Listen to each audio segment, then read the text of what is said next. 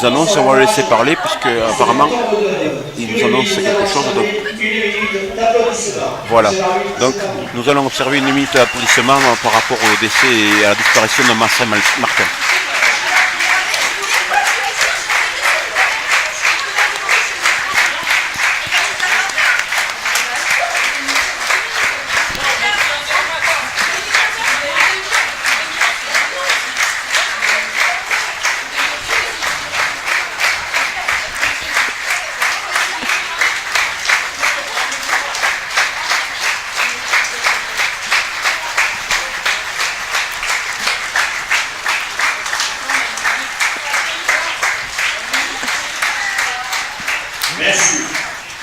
Donc c'est Marcel Martin qui était grosse figure du rugby, qui était à l'origine de la Coupe du Monde de rugby,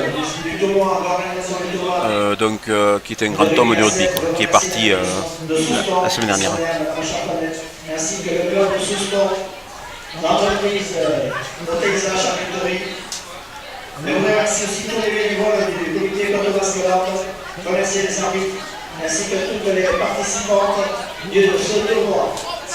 Voilà, maintenant c'est le rôle de la finale. Qui gagnera le titre de champion de France des comités de rugby à 7 féminin en moins de 18 ans.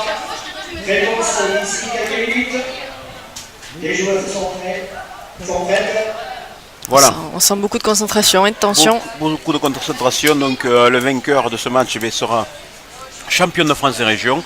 Donc là, je pense que les équipes doivent être tendues, les staffs aussi. Donc on voit que tout le monde est prêt. Et c'est le coup d'envoi qui est donné par l'Île-de-France avec un ballon qui a été récupéré par le Languedoc, mais qui sur la récupération Midi-Pyrénées. Midi-Pyrénées, Midi-Pyrénées. Merci Justine. De rien. Et qui sur la récupération a concédé en avant, et donc ce qui fera que l'Île-de-France récupérera ce ballon avec une mêlée. Un bon plaquage de l'Île-de-France qui lui a fait exploser le ballon des mains. Grosse pression de Midi-Pyrénées qui a oublié que le ballon était sorti, donc l'Île-de-France qui écarte ce ballon. Belle passe, un peu de vitesse Midi-Pyrénées, mais qui a oublié peut-être son ailier. L'ailière qui va essayer de passer devant, qui signe l'avantage, mais les Midi-Pyrénées ont bien construit leur ligne, qui montent ensemble, grosse pression, on voit un peu de déchets au niveau de la gestuelle, mais l'Île-de-France quand même qui met un peu de vitesse avec des joueuses qui courent très très vite, et une joueuse qui est passée, et qui va aller au bout, et qui va aller marquer le premier essai de cette partie, avec... Voilà. Quel numéro elle nous a fait sur l'aile? Voilà. C'est une joueuse qui a contourné pas moins de 3 à 4 joueurs de l'équipe des Midi-Pyrénées, et qui est allée marquer entre les poteaux avec une vitesse supersonique. Je pense que dès qu'elle est lâchée, après on voit que la fille est quand même une structure de coureuse, des grosses cuisses, des gros appuis. Donc je pense que ça peut l'aider aussi à courir physiologiquement. Cette fille est faite pour courir, ça se voit. Donc elle a marqué un bel essai, cet essai qui a été transformé, qui permet à l'Île-de-France de prendre une option et de mener 7-0. Il va falloir les prendre très tôt, ces joueuses qui courent très vite, sinon ça va être compliqué. Oui. Pour Midi-Pyrénées. Il va pas falloir les laisser se lancer.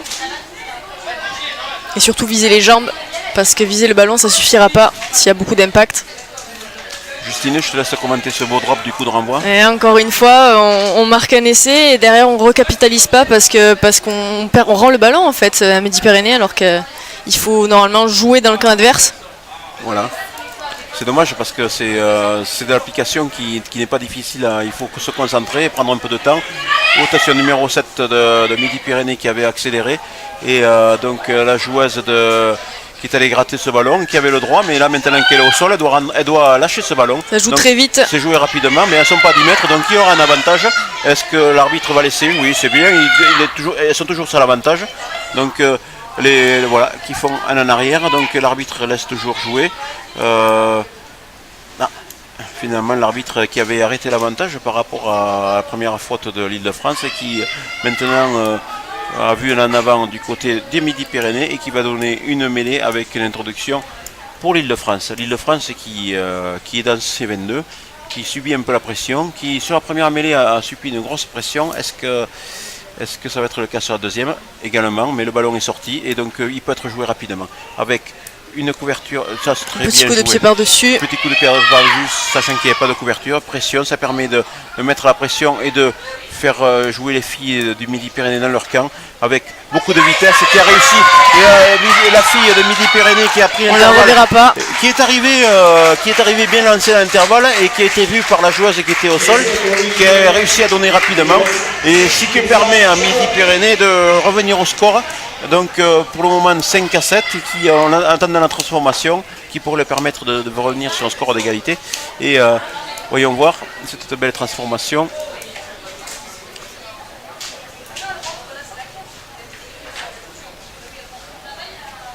Et c'est transformé, donc ce qui permet à Midi-Pyrénées de revenir dans le match et d'être à égalité, c'est partout. Voilà, et bien, écoutez, on avait vu peut-être au début, sur la première minute, les 2 premières minutes, une construction plus établie du côté de l'Île-de-France. Et là, on a vu quelques petites erreurs.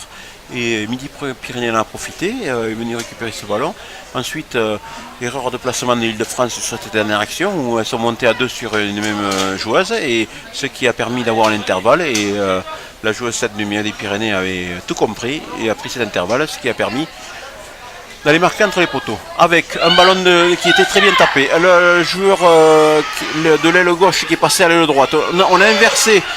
On a inversé les ailiers au niveau de l'Île-de-France. On a passé la petite 12 sur l'aile gauche et la 7 sur l'aile de droite.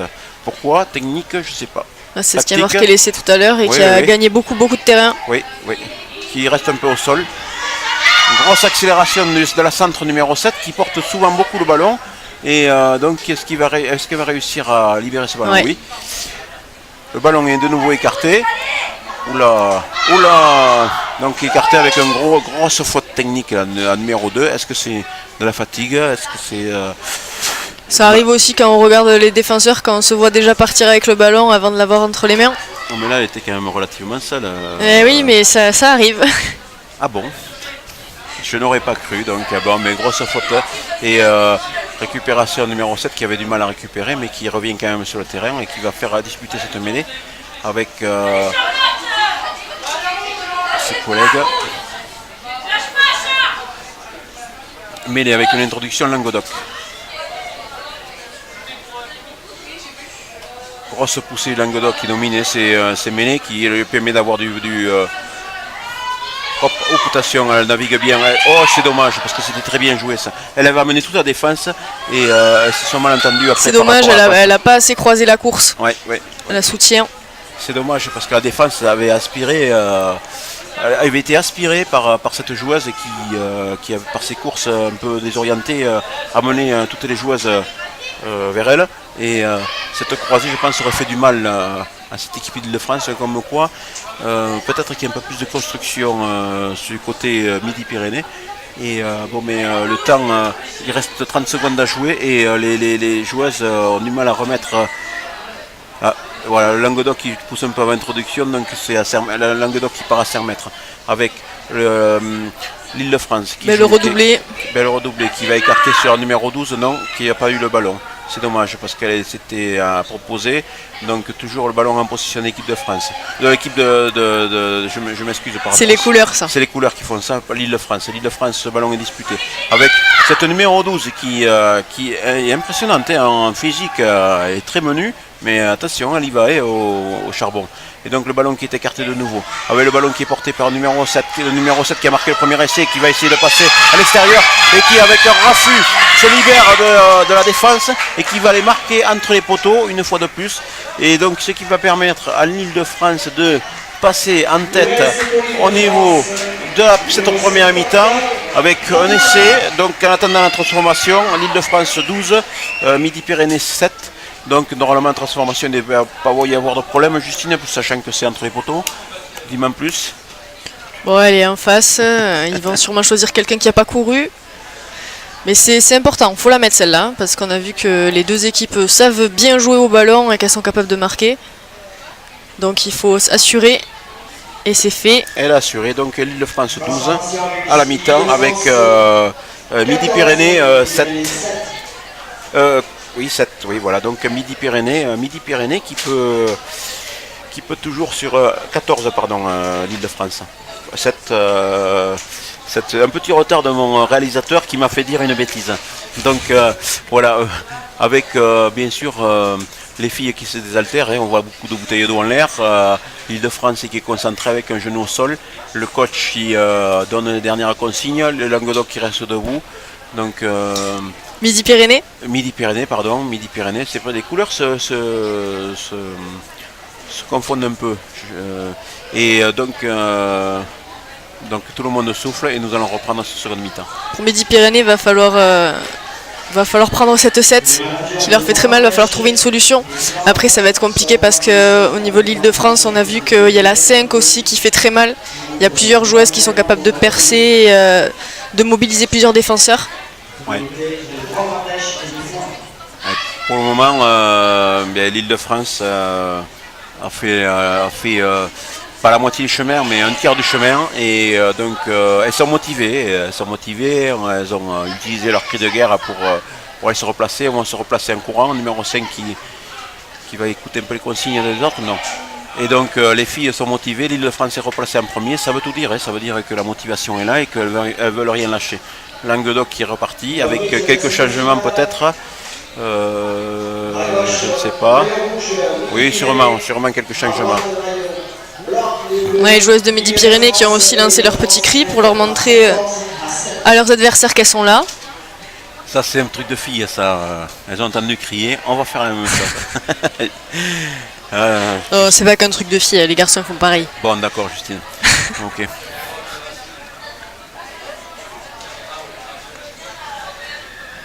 J'entends le réalisateur rigoler un peu derrière nous, mais attention.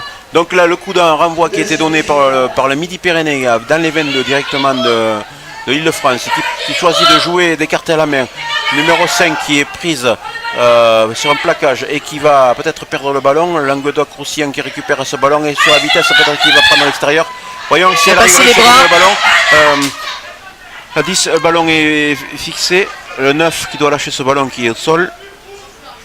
Donc Languedoc qui est en position de ce ballon et qui est dans les 22 de l'Île-de-France et qui peut, voilà, avec une grosse percussion parce que justement elle avait raison, il fallait un peu fixer cette défense puisque tout le monde était à l'extérieur.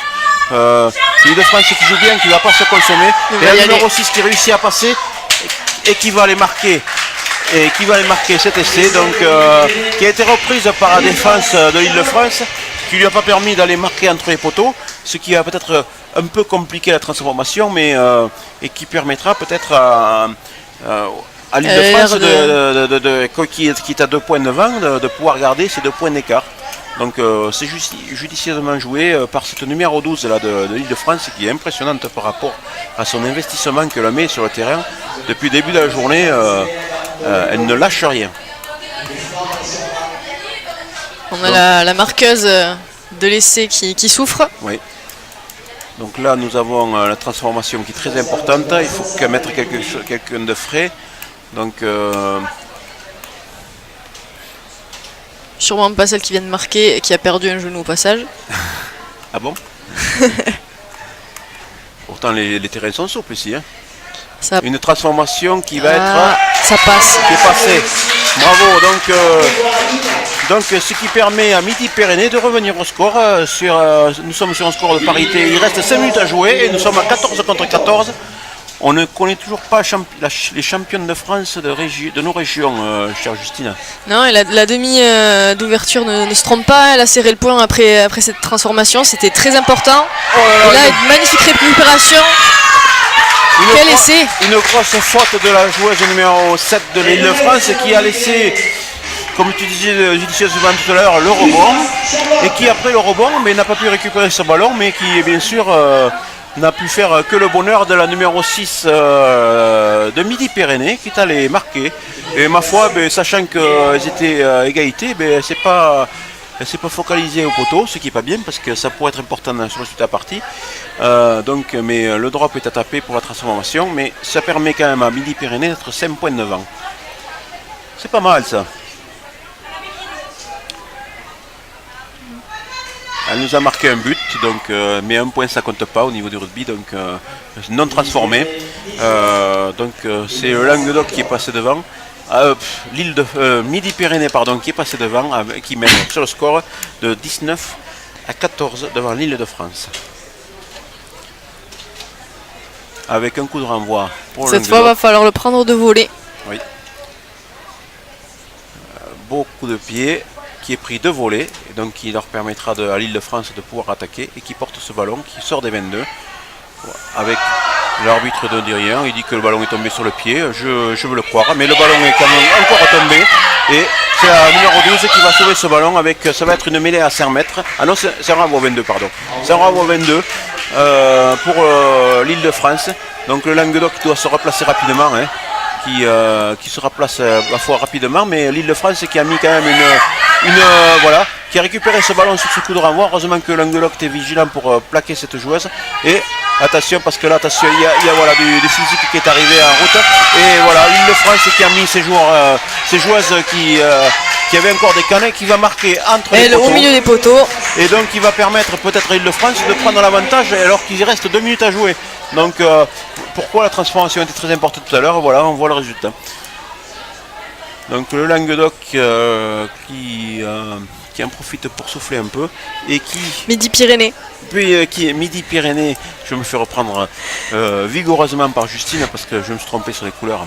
Et donc Midi-Pyrénées qui souffle et je pense qu'il va y avoir 1 minute et demie très très difficile, sachant que cet essai a été transformé, ce qui permet à l'île de France d'être devant de 2 points. Midi-Pyrénées qui doit mettre maintenant la pression, récupérer le ballon au plus vite et aller mettre la pression dans le camp de cette île de France et qui sur ce coup de renvoi 22 a très bien joué le coup. Hein. Et puis c'est le jeu au pied vraiment qui les aide à l'île de France. Elles n'hésitent pas à s'en servir et puis elles savent qu'elles ont des joueuses qui ont du physique, qui ont des cannes. Et donc forcément, quand on est à la retombée du ballon, ça fait très mal. Ouais. Belle récupération de Midi-Pyrénées. Avec le ballon qui est distribué sur l'extérieur et se retrouve. Le ballon est pris, donc avec un point de fixation. Le ballon qui est ressorti proprement avec Midi-Pyrénées. Attention, il faut s'appliquer dans ses passes. Mais jolie passe à l'aveugle. Voilà, avec un beau plaquage. Là, cette joueuse est allée chercher l'autre joueuse. Donc avec toujours ces plaquages qui sont un peu dévastateurs au niveau des maillots, qui de plus en plus vont être punis. Hein, mais ce qui ne permet pas au Languedoc de pouvoir avancer, au Midi-Pyrénées de pouvoir avancer, mais là avec une grosse accélération de Midi-Pyrénées, avec la numéro 7 qui va peut-être aller au bout et qui fait l'effort, qui attend toujours le soutien et qui a un soutien et qui va peut-être aller au bout. Est-ce qu'elle va aller au bout? Peut-être la 4 qui est bien reprise et ça manque de soutien. Donc c'est Île-de-France qui récupère ce ballon, qui relance le jeu avec un plaquage dévastateur des Pyrénéennes mais l'Île-de-France qui temporise, qui a le ballon et qui va donner ce ballon à la joueuse qui va peut-être écarter, donner un coup de pied, non, qui est prise dans son se mettre sous pression. Oula, ça c'est très dangereux. S'il y a en avant, là c'est une mêlée à 5 qui est garantie pour le Languedoc, mais elle s'en sort bien. Est écartée. Et c'est la numéro 8 qui a des grandes cannes qui va courir et qui va essayer d'aller au bout et qui est prise par la numéro 11 avec le soutien de numéro 2 qui est très physique et qui va... Magnifique cadrage débordement comme on n'en voit plus beaucoup. Voilà. Et qui va marquer entre les poteaux, qui va sceller l'issue de ce match parce qu'il reste 15 secondes à jouer et donc elles vont prendre le temps pour transformer cet essai. Et donc je pense que c'est l'Île-de-France qui va venir sur les terres hollandaises de Souston, remporter ce championnat de France et des régions avec un joli score qui va être acquis suite à la transformation de cet essai qui ne doit faire aucun doute. Donc, qui n'est pas transformé apparemment. Il suffisait de le dire. Et il suffit de le dire. Mais elles sont championnes. Et donc c'est Midi-Pyrénées qui finit champion aujourd'hui. C'est l'Île-de-France qui finit champion. C'est l'Île-de-France qui est championne de France des régions sur les terres de la côte basque-lande à Souston, exactement, stade Rémi Goillard.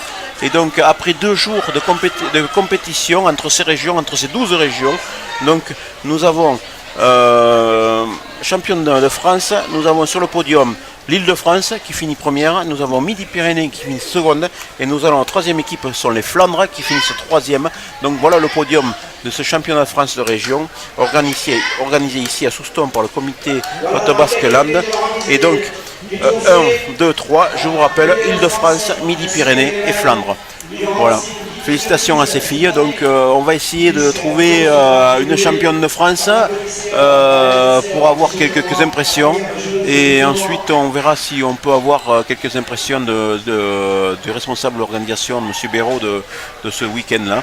Avec peut-être la remise des coupes qui va être faite rapidement. Président de la commission sportive, Dr. Pascal.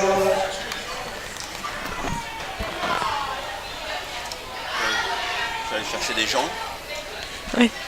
Et à cette occasion, on voudrait encore remercier la mairie de Souston.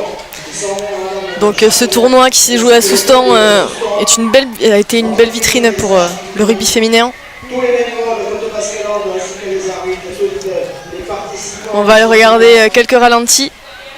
La protection civile et les médecins.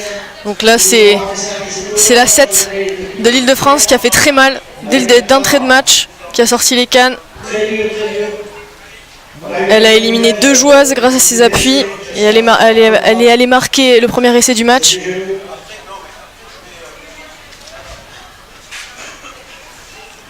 Derrière, les joueuses de Midi-Pyrénées n'ont pas baissé les bras. Elles ont relevé la tête. Mais ça n'a pas suffi. Bon, là on peut voir les joueuses de l'Île-de-France qui fêtent leur victoire. Après 2 jours de tournoi, c'est mérité. Bravo à l'équipe féminine, l'Île-de-France, qui remporte ce tournoi. Elles ont fait preuve de beaucoup de sang-froid dans les moments chauds, elles n'ont jamais lâché. Elles ont produit un très beau jeu, très complet, en marquant à la fois sur les extérieurs, en ayant un soutien axial très fort et surtout en étant très solide sur les rucks. Voilà la petite photo, levée de la victoire. En attendant, nous allons remettre le prix spécial de la commission d'organisation. Nous avons attribué Donc je répète, sur le podium, nous avons 3e les Flandres, 2e Midi-Pyrénées et donc champion de France, l'Île-de-France. Là qui viennent récupérer leur prix, les 3e, les Flandres, qui ont battu le Languedoc en petite finale de Cup, donc pour la 3e et la 4e place.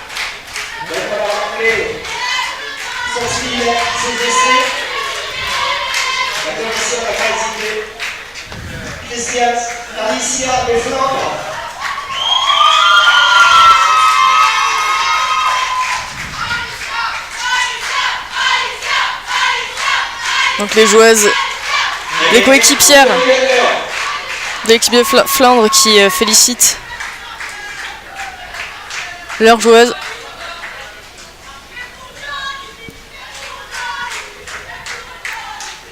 À côté, on a encore les joueuses de l'Île-de-France qui fêtent leur victoire. Elles ont bien raison de savourer, de faire durer le plaisir. Aussi, il y a chacune. Si quelqu'un peut aider Jean-Pierre, Thierry, Dominique. D'ici quelques secondes, on aura la réaction d'une des joueuses de l'Île-de-France, d'une des championnes.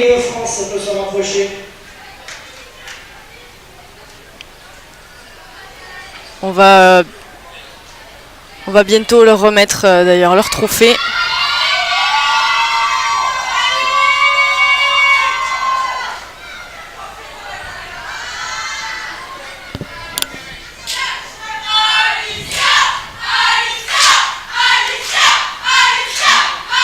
Donc d'abord on va avoir une petite interview d'une joueuse qui s'appelle Alicia, fêtée par ses coéquipières en tribune qui ont fini 3e. Des Flandres. Alicia, bonjour. Donc TV Land en direct, tu as le droit à la télé. Donc tu as été élue meilleure joueuse du tournoi. Donc tes impressions? Bah, je suis super contente. Ça me fait super plaisir d'être là. D'accord. De quel club tu fais partie de ta région? De Roubaix, mais je joue avec Villeneuve en entente. D'accord. Est-ce que tu crois que, bon, on a vu que les Flammes avaient fini 3e, donc vous êtes sur le podium quand même, donc c'est pas mal. Donc est-ce que tu as, par rapport à la meilleure joueuse du tournoi, tu l'as gagné toute seule, mais est-ce que tes coéquipières t'ont aidé à gagner tout ça? Elles m'ont soutenu dans les moments durs et tout, du coup je leur remercie vraiment beaucoup. Elles sont là pour moi quand il faut et franchement je les aime trop. Bon, mais tant mieux, mais écoute, nous on voulait te féliciter. Joueuse du tournoi, c'est pas permis à tout le monde parce qu'on est quand même sur un tournoi national. Donc, félicitations encore. Et on te laisse rejoindre les coéquipières puisque tu vas finir sur le podium. Et félicitations et à très bientôt. Merci beaucoup. Bon, je vous rejoins ensuite, je vais essayer de trouver une vainqueur de ce match-là. Donc je rappelle, l'Île-de-France a été gagnante de ce championnat. Donc on va essayer de vous trouver la capitaine de cette équipe ou son entraîneur. Et je reviens vous voir rapidement.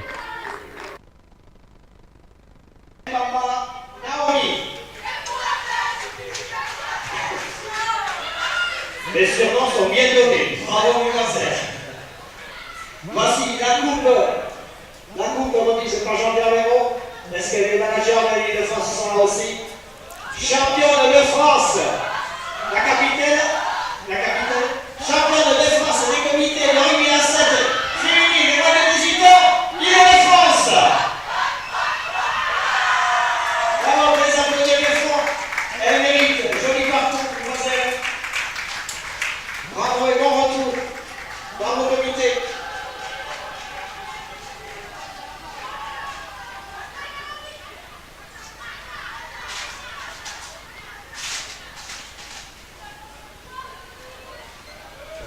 Bravo, merci. Merci à tous et à toutes.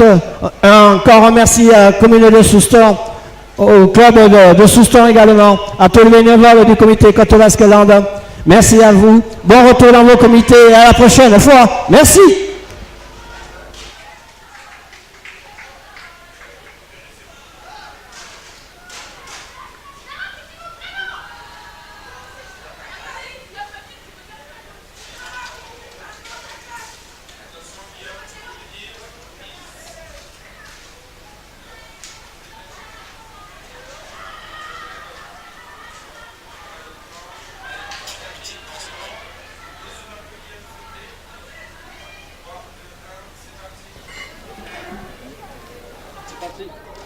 Donc je suis en compagnie de Sarah, donc capitaine de l'Île-de-France, championne de France des régions, avec le coach bien sûr.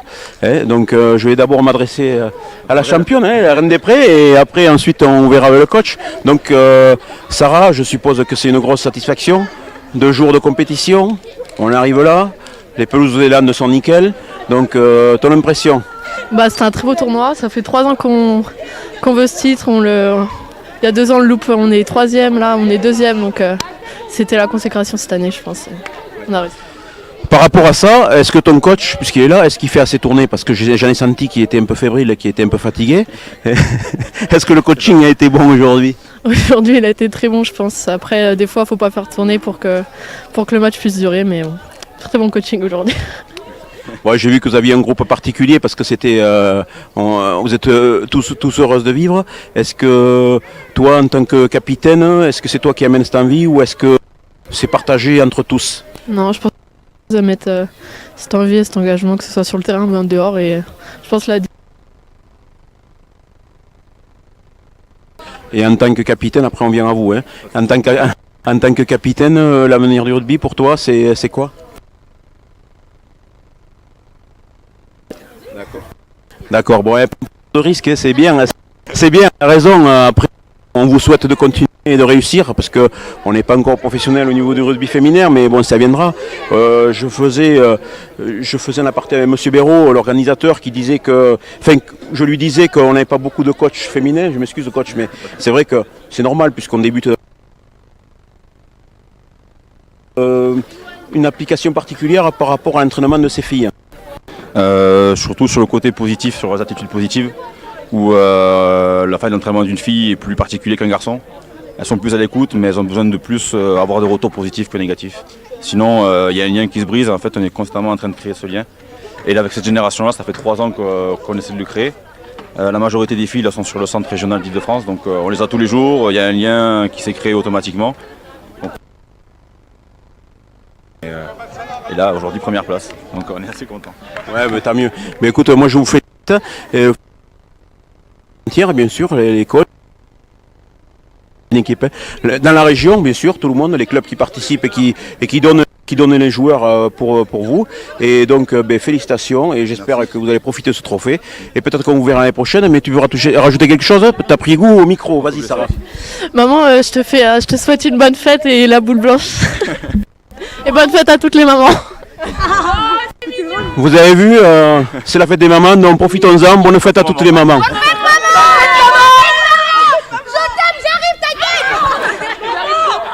C'est bon.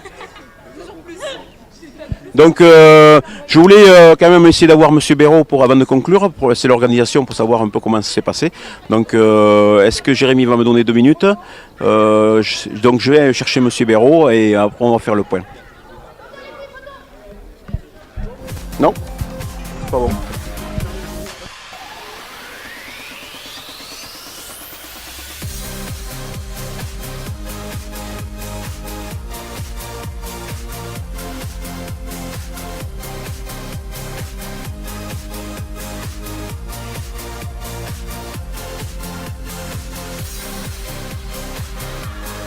Donc voilà, on se retrouve à la fin de cette fameuse partie finale, belle finale. Ouais. Et bon, mais surtout beau week-end quoi. Donc les impressions, j'ai eu l'équipe gagnante là. Donc j'ai même eu les Flandres à féliciter la dernière joueuse qui a été élue joueuse du week-end. Ouais. Donc apparemment il n'y a que des positifs. Absolument, il n'y a que du positif. Bon, il y a eu la petite homme au tableau, il y a eu d'autres blessés, je crois, hier, à signaler, mais bon, c'est la compétition qui veut ce genre de petites choses. Mais après, sur l'ensemble du week-end, avec le beau temps qui a régné ici aujourd'hui et hier à Soustons, certes, chaleur pour les jeunes filles, mais bon, ça fait partie du rugby, elles ont assumé, et avec beaucoup de courage et de détermination. Et ça s'est effectivement conclu tout à l'heure par la finale, et on peut dire que c'était une belle finale. Ça s'est joué sur les dernières minutes. Bravo à l'Île-de-France qui a montré de belles choses, mais beaucoup d'équipes aussi. Midi-Pyrénées, il y a eu un bon niveau technique. Les Flandres aussi, c'est pour ça qu'on a voulu récompenser, le comité a voulu récompenser la meilleure joueuse du tournoi sur l'ensemble des 2 jours. Et c'est normal que c'est la jeune fille des Flandres qui ait eu ce lot. Et pour l'Île-de-France, bravo à eux. Donc maintenant, on va digérer ce tournoi, analyser pour que l'année prochaine, comme je vous l'ai dit tout à l'heure, on refasse ce même tournoi avec la même ardeur, la même discipline au niveau de l'organisation qui s'est merveilleusement passée. Encore bravo à tous les bénévoles, la ville, le comité. Enfin voilà, il n'y a que des remerciements à faire et merci à vous d'avoir suivi cet événement, bien sûr. Non mais c'était avec plaisir, de toute façon on est là pour ça parce que ça peut être que positif pour notre coin, pour notre région, pour toutes les régions, ça fait connaître tout le monde. On a vu l'exemplarité de toutes les équipes qui laissent des terrains nickel, j'ai remarqué que tous les staffs étaient nickel, on peut côtoyer tous les staffs, il n'y a personne qui vous ferme la porte et ça c'est beau et donc je pense que niveau d'organisation ça devient plus facile. Disons que c'est l'esprit Seven quoi, voilà, donc on a beau être dans un championnat, puisque c'est quand même un championnat, il y a un titre au bout, mais malgré tout il y a du respect et il y a surtout l'esprit Seven qui demeure sur toute la durée du tournoi. Les équipes jouent le jeu, comme je vous dis tout à l'heure, ils ont été contentes, toutes les délégations contentes de l'organisation, donc nous on s'en félicite bien sûr et on va dans le bon sens par rapport à cette discipline qui prend de plus en plus d'ampleur. Tout à fait. Ok, bon mais merci M. Béraud de nous voir. Et nous on se fera un plaisir de revenir vous voir l'année prochaine. Tant mieux. Au plaisir. Allez, je vous laisse, au revoir. Donc voilà, donc on se tournée avec ces directs qui ont eu lieu avec un nouveau champion de France qui n'était pas l'Île-de-France l'an dernier, donc l'Île-de-France féminine qui a gagné ce championnat de région et donc avec vous avez vu avec beaucoup d'ardeur et beaucoup de joie. Elles sont parties fêter leur trophée, mettre un peu de champagne dans leur couple et on leur souhaite de revenir l'année prochaine. Voilà, bon, pour ma part je vous laisse et je vous dis à l'année prochaine.